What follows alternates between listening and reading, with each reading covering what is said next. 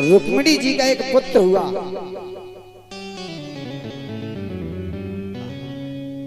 जिसका नाम प्रद्युम्न है और प्रद्युम्न का हुआ अनिरुद्ध। ध्यान से सुनना। प्रद्युम्न जी का अनिरुद्ध जी हुए। जोर से बोलो जय जय श्री राधे।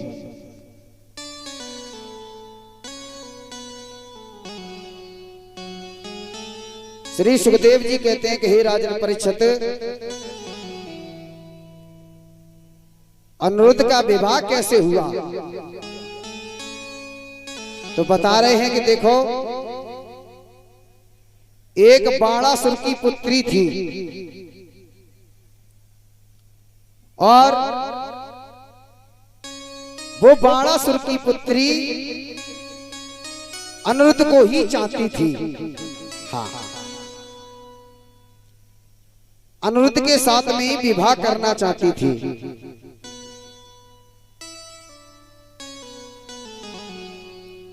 और गौरी मां का पूजन करती थी। तो मैया पार्वती ने उन्हें वरदान दे दिया कि जाओ, तुमको सुंदर पति मिलेंगे, तुमको सुंदर पति मिलेंगे। और जैसे ही उसने जब सपने में देखा, पूरा श्रृंगार करके सो गई उषा। सपने में जब देखा तो वही जो है सुंदर पति उनको मिल जाते हैं। और सुबह हुआ और सुबह वो बहुत रोने लगती है। हाँ, उषा। उनकी माताजी ने कहा कि बेटा क्या बात है? बोले देखो, आज मैंने अपने सपने में पति को देखा है। बोले पति को देखा है? बोले हाँ। तेरा विवाह हुआ नहीं, सगाई हुई नहीं, तेरा पति कहां से आ गया? आज जैसे ही और वहां एक चित्रलेखा है, चित्रलेखा। हाँ, जो चित्र बनाने में निपुण थी, चित्र बनाने में निपुण थी। और उसके पास जाकर के उषा पहुंची। उसने कहा कि देखो, मुझे मेरे पति से मिला दो। चित्रलेखा ने कही कि पहले बता तो सही, तेरा पति कैसा है? तेरा पति कैसा है? आज उसने फोटो बनाए। हाँ, सब देवताओं के फोटो बनाए, लेकिन उसमें से कोई भी नहीं है उसका पति। उसने कहा कि देखो, अगर मैं देख लूं कि तुम्हारा पति ऐसा है तो बेटी, मैं रातों ही रात में तेरे पति को तेरे पास ला करके रख दूंगी। अब उसने चित्र बनाई और वो चित्र बनाने में निपुण है चित्रलेखा। जब चित्र बनाए तो सभी देवताओं के फोटो खींचे, लेकिन उसमें कोई भी उसका पति नहीं है। उसके बाद में उन्होंने देखा कि कोई यदुवंशी परिवार में तो नहीं है। जब यदुवंशी परिवार में फोटो बना के दिखाया, सबसे पहले कृष्ण का फोटो दिखाया। बोली ये तो नहीं है। अब जैसे ही उषा ने कहा कि ये नहीं है, लेकिन इससे ही मिलता जुलता है मेरा पति। उसके बाद में प्रद्युम्न का, बोली ये भी नहीं है, लेकिन ऐसा ही है। फिर उसके बाद में जैसे ही अनिरुद्ध का फोटो खींच करके उसे दिखाया और हाथ से छुड़ा लिया कि यही मेरा पति है। हाँ, उसने कहा बेटी तू चिंता मत करे।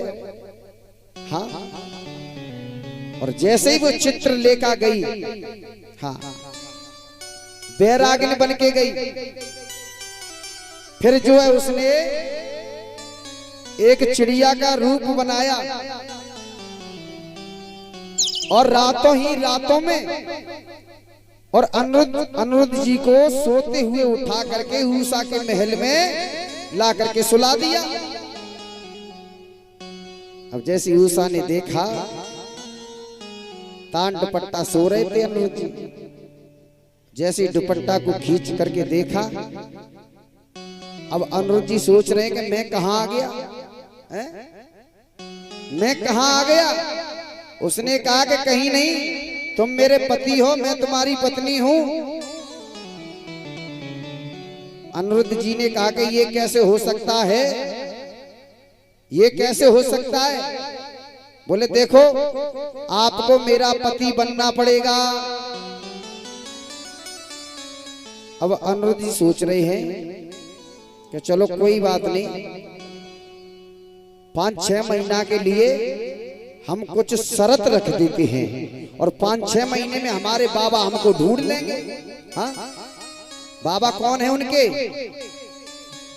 कृष्ण है। कौन है? कृष्ण। अब जैसे उन्होंने कहा कि देखो, 6 महीने तक तुम मेरी बहन बन करके रहोगी और मैं तुम्हारा भाई। अगर 6 महीने के बाद मुझे ढूंढने वाला कोई ना आवे तो मैं तुम्हारा पति और तुम मेरी पत्नी। बोले ठीक है। अब महलों के अंदर हैं अनिरुद्ध, किसी को नहीं पता, सैनिक द्वार पे खड़े हैं। अब एक दिन जो है अनिरुद्ध जी को थोड़ा सा जुकाम हो गया। हाँ। अंदर महल से खांसी की आवाज आई। अब जो द्वार पे खड़े हुए हैं सैनिक, वो कह रहे हैं कि उषा के महल में है अंदर कोई है। एक दूसरा कहता है सैनिक के रात दिन हम यहाँ पहरा देते हैं, अंदर कहां से चला गया? बोले नहीं, मुझे ऐसा लगा है। फिर थोड़ी सी खांसी आई अनिरुद्ध को। बोले हाँ, बात तो सही है। और उन सैनिकों ने जाकर के जो है बाणासुर को जाकर के सूचना दे दी कि महाराज, आपकी पुत्री के महलों में कोई है, खांसने की आवाज आई है, कोई पुरुष है। अब जैसे ही राजा बाणासुर ने पता है पूरे महल पे जो है चढ़ाई करवा दी और पूरे महल को घेर लिया। और उषा ने क्या किया? अनिरुद्ध को लेकर के एक बक्से में बंद कर दिया, ऊपर से सिला सरका दी। हाँ, कहा कि यहाँ कोई नहीं है। जब सैनिक सभी ढूंढने लगे हैं, इधर उधर देखा, बक्से में भी देखा, तो जैसे ही अनिरुद्ध को ढूंढ लिया, राजा बाणासुर ने अनिरुद्ध को पकड़ लिया और खम्भे से बांध दिया। सुबह शाम उसमें बहुत मार पड़ती है अनिरुद्ध में। हाँ, अनिरुद्ध कहते हैं कि पता नहीं मेरे बाबा कहाँ हैं, मुझे भी ढूंढने के लिए नहीं आए। श्री सुखदेव जी कहते हैं, हे राजन परीक्षित, आज जैसे ही नारद जी गए कन्हैया के पास और कहा कि हे प्रभु, ये बताओ कि तुम्हारा कितना बड़ा परिवार है? बोले परिवार तो हमारा बहुत बड़ा है। हाँ, बहुत बड़ा परिवार है। तो बोले एक बात बताओ कि आपके परिवार में से कोई खो गया है? अब वो ढूंढ रहे हैं। बोले हाँ, हमारा नाती नहीं है अनिरुद्ध, हमारा नाती नहीं है अनिरुद्ध। तो बोले देखो, आपको पता है अनिरुद्ध ने तो तुम्हारी नाक कटा दी। बोले क्यों? कि बाणासुर के दरवाजे पर बंधा हुआ है खंबे से, सुबह शाम इतनी मार पड़ती है। जब इतनी बात कृष्ण ने सुनी, कन्हैया ने सुना, एकदम से कन्हैया भड़क गए और सेना को आदेश दिया। नारद जी बोले ठहर जाओ, वो भी ऐसा वैसा नहीं है, बाणासुर कहते हैं उसे, उसकी 1000 भुजाएं। हाँ, और भोले बाबा का भक्त है। अब जैसे ही कन्हैया ने आदेश दिया सेना को और जाकर के जो है बाणासुर पर चढ़ाई कर दी है। घनघोर युद्ध हुआ दोनों में।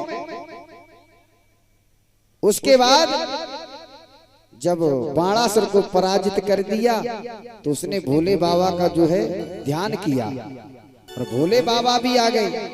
अब देखो शंकर भगवान और इधर में कृष्ण है। शंकर भगवान और कृष्ण दोनों में भयंकर युद्ध होने लगा है। दोनों देव मरने के लिए तैयार हो गए। नारद जी ने सोचा कि ये तो प्रलय हो जाएगी। हाँ, ये तो प्रलय हो जाएगी। उसके बाद नारद जी ने और बाणासुर की मैया के पास गए और कहा कि हे माँ, तुम दोनों देवों के बीच में अपने सिर से नीचे पल्लू करके दोनों देवों के बीच में खड़ी हो जाओगी तो ये युद्ध रुक सकता है। हाँ। जैसे बाणासुर की मैया को जब पता चला और दोनों देवों के बीच में वो खड़ी हो गई, दोनों देव रुक जाते हैं। हाँ, दोनों देव रुक जाते हैं और उन्होंने मैया की बात को माना। फिर उसके बाद में जैसे अनिरुद्ध का विवाह उषा के साथ में हुआ है। जोर से बोलो जय जय श्री, बोलिए वृंदावन बिहारी लाल की जय हो। जय जय